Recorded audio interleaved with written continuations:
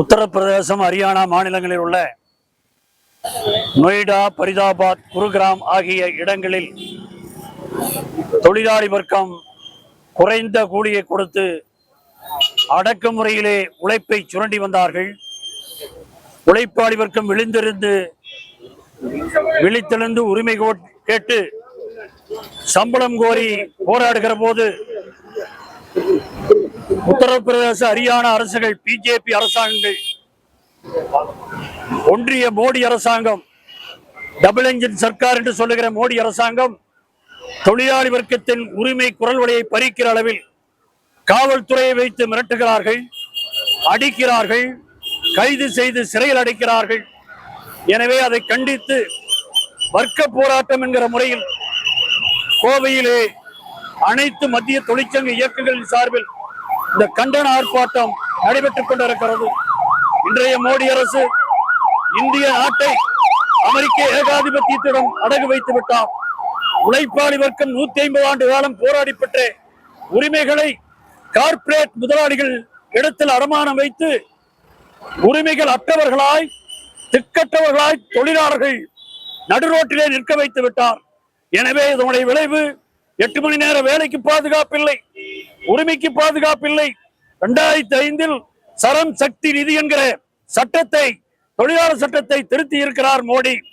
அதனுடைய அர்த்தம் கடமையை செய், பயனை எதிர்பார்க்காதே, நீ வேலை செய்வது தர்மம் என்று எண்ணிக்கொள் என்று சொல்லி பழைய காலத்திற்கு, கற்காலத்திற்கு தொழிலாளர்களை சிரமப்படுத்துகிற அக்குறமான செயலை ஒன்றிய மோடி அரசு தொடர்ந்து செய்து கொண்டிருக்கிறது. எனவே இதை ஒருபோதும் அனுமதிக்க மாட்டோம் என சொல்லி இனி இந்தியாவிலே எந்த மூலையிலும் உழைப்பாளி வர்க்கம் உரிமைக்காக போராடுகிற போது நசுக்கப்பட்டார்கள் என்று சொன்னால், கைது செய்யப்படுவார் என்று சொன்னால், சிறையில் அடைக்கப்படுவார் என்று சொன்னால், அத்தனை மத்திய தொழிற்சங்க இயக்கங்களும் இமய முதல் குமரி வரை போராடும் என்பதைத்தான் இந்த கண்டன ஆர்ப்பாட்டம் எடுத்து காட்டிக் கொண்டிருக்கிறது.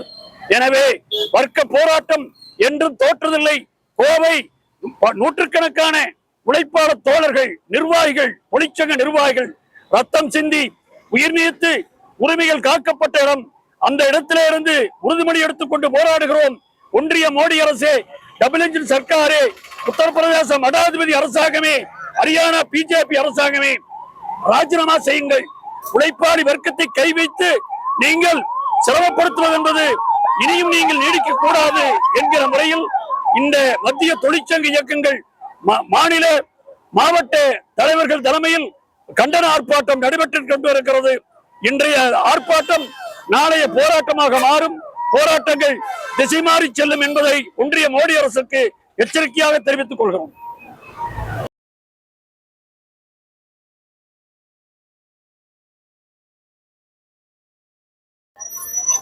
குறைந்தபட்ச சம்பளத்தை அதிகரிக்க வேண்டும் என்பதற்கான முறையில் அந்த போராட்டத்தினை தொடர்ந்து நடத்தி கொண்டிருக்கின்றார்கள்.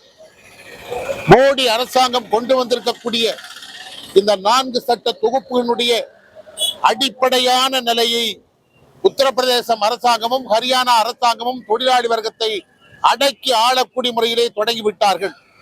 போராட்டம் வெடித்து கிளம்பி நடைபெற்றுக் கொண்டிருக்கின்றது. காவல்துறையை கட்டவிழ்த்து விட்டார்கள்.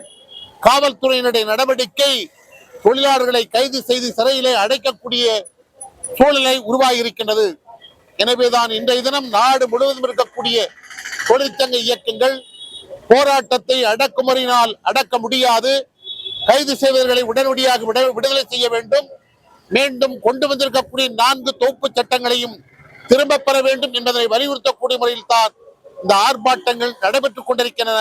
அதனுடைய ஒரு பகுதி கோவையிலே நடைபெற்றுக் கொண்டிருக்கின்றது.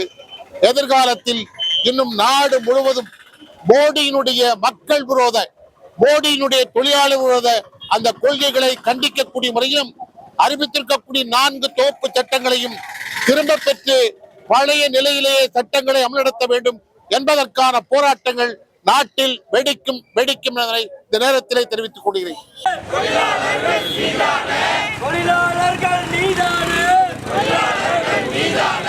அடக்குமுறைகளை கைவிடுக, அடக்குமுறைகளை கைவிடுக, போராடும் தொழிலாளருக்கு ஆதரவான ஆர்ப்பாட்டம்.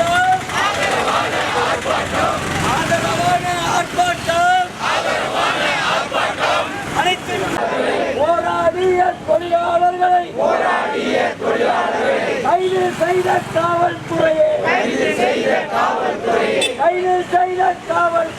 கைது செய்த காவல்துறையே காவல்துறையே விடுதலை செய் நிபந்தனையின்றி விடுதலை செய் நிபந்தனையின்றி விடுதலை செய் உடனடியாக விடுதலை செய் உடனடியாக விடுதலை செய் வாபஸ் வாங்கு வாபஸ் வாங்கு வாபஸ் வாங்கு வாபஸ் வாங்கு வாபஸ் வாங்கு வாபஸ் வாங்கு வாபஸ் வாங்கு வாபஸ் வாங்கு பொய் வழக்குகளை வாபஸ் வாங்கு தொழிலாளிக்கு எதிரான தொழிலாளிக்கு விரோதமான நான்கு சட்ட தொகுப்புகளை